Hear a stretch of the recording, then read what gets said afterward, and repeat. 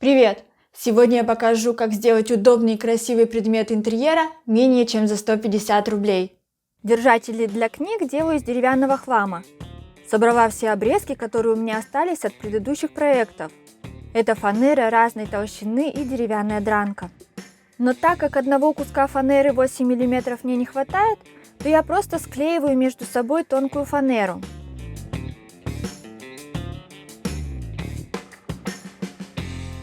Использую столярный клей, постепенно собираю отдельные куски до нужной мне площади и толщины.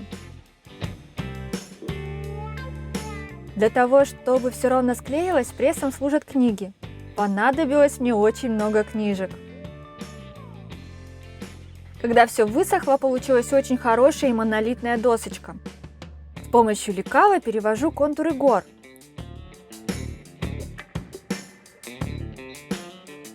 И вырезаю по контуру лобзиком.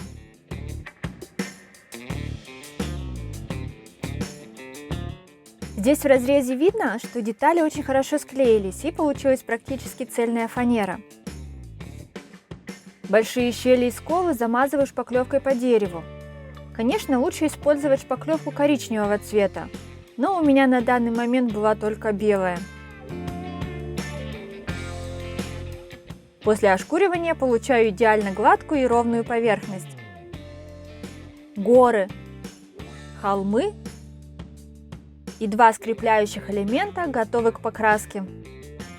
Сделав выкрасы морилок, выбираю более подходящий цвет. Использую самую бюджетную морилку, которая стоит в пределах 100 рублей. У меня они и спиртовые, и на водной основе. Для фона выбрала палисандр. Покрываю ей все детали со всех сторон в 2 слоя. Далее приступаю к самому интересному – вырезаю декор. На шаблоне расчерчиваю узор и подписываю каждое отделение. Основной декор делаю из обычных школьных деревянных линеек российского производства. Бамбуковые для этого не подходят. Из лекала отрезаю каждый элемент. Переношу его на линейку, подписываю и вырезаю обычным канцелярским ножом. Так, согласно шаблону, поступаю со всеми остальными деталями.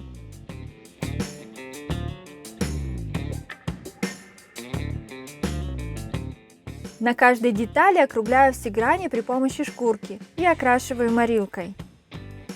Линейки покрываю на один тонкий слой. Если переборщить с морилкой, то их может при высыхании повести, и они потеряют форму. Для передней горы я выбрала более рыжеватый оттенок дуба, а для гор, которые находятся позади, более коричневый. На вершинах гор ледники, поэтому оставляю естественный цвет дерева.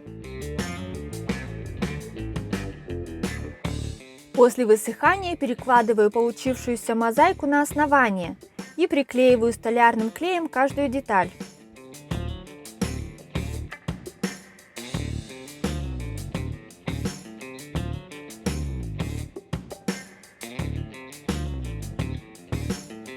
Когда мозаика высохла, склеиваю основную и крепежную детали вместе и закрепляю гвоздями.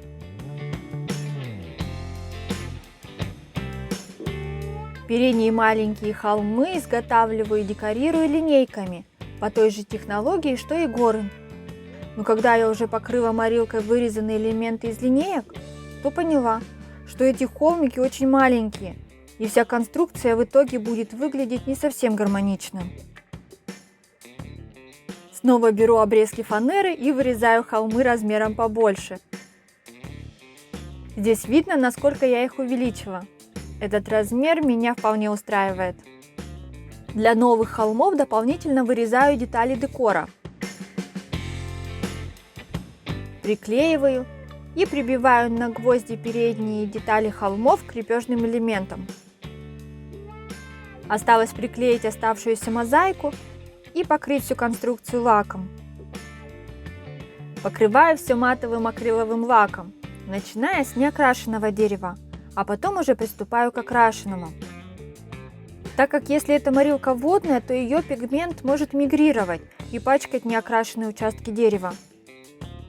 Когда все просохнет, можно ставить свои любимые книги и радоваться красивому и удобному элементу декора.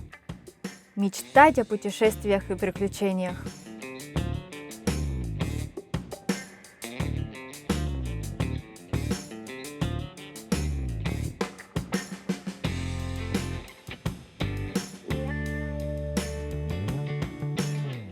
Вот так, купив только линейки, можно сделать удобную и стильную подставку. На этом я с вами прощаюсь. До новых встреч!